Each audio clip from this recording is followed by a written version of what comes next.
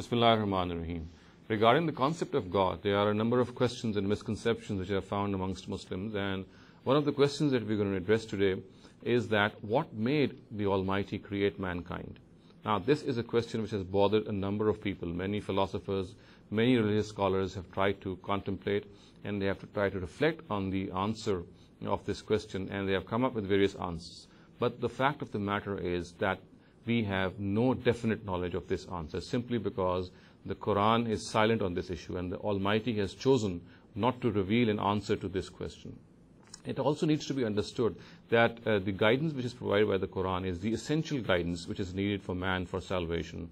There are a number of questions of which we are not aware of, the answers of which we are not aware of, simply because the Almighty chose not to reveal the answers of those questions. So therefore, the correct attitude in this regard would be to stay silent and to just submit to the Almighty. And the fact of the matter is that perhaps the answer to this question would be revealed when we meet Him, inshallah, sometime on the Day of Judgment.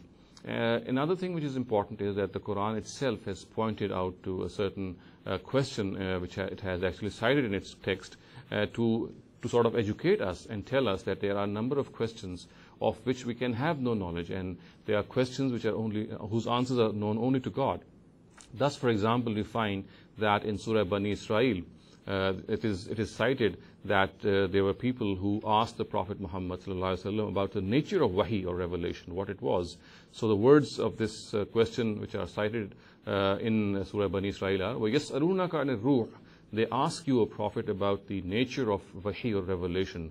So the answer which is to be given to them is also directed to the Prophet in the following words, قُلِ الرُّوحُ مِنْ أَمْرِ رَبِّي. Tell them, O Prophet, that revelation or wahi is from among the matters of God. وَمَا أُوتِيتُم مِّنَ الْعِلْمِ إِلَّا قَلِيلًا. And you have been given very little knowledge. So therefore, it has to be understood that there are matters in which we have very little knowledge or absolutely no knowledge at all.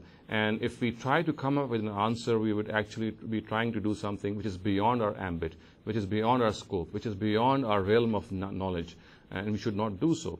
This was a question which only the Almighty could have answered.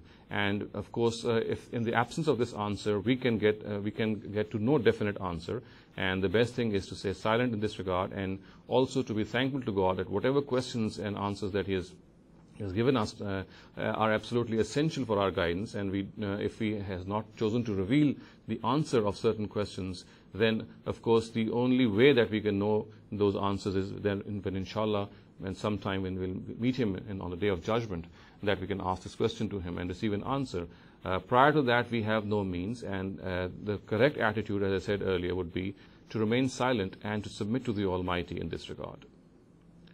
أقول قولي هذا واستغفر الله لي ولكم ولسائر المسلمين والمسلمات.